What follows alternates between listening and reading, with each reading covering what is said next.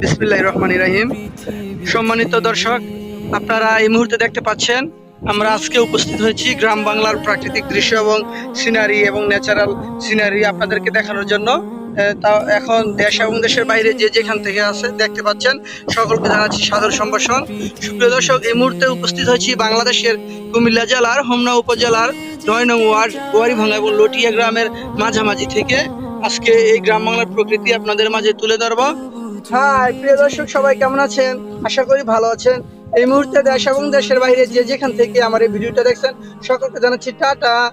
সুপ্রিয় বন্ধুরা, আজকে আমরা উপস্থিত হয়েছি গ্রাম বাংলার প্রাকৃতিক দৃশ্য দেখানোর জন্য। এখানে খুবই মনোমুগ্ধকর এলাকা, যদিও আমাদের নিজেদের এলাকা, আমাদের প্রায় সময় আসা পড়ে না।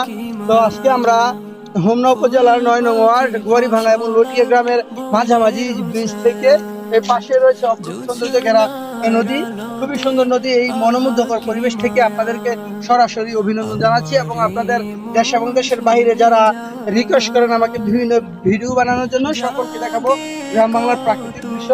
তো সুপ্রিয় দর্শক, দেখতে পাচ্ছেন এই যে সামনের গ্রামটা রয়েছে, এটা হচ্ছে আমাদের হোমনা উপজেলার পৌরসভার ৯ নং ওয়ার্ড গোয়ারিভাঙ্গা গ্রামটা। এই পাশে রয়েছে দয়াল বাবা সুবহান শাহর মাজার সহ গ্রাম বাংলার বিভিন্ন দৃশ্য এবং মসজিদ মাদ্রাসায় ঘেরা আমাদের গ্রামটি। এবং এই যে প্লেসটা দেখতে পাচ্ছেন, এটা হচ্ছে লটিয়া ৯ নং ওয়ার্ড লটিয়া গ্রামের খুবই প্রাকৃতিক এবং মনোমুগ্ধকর দৃশ্য।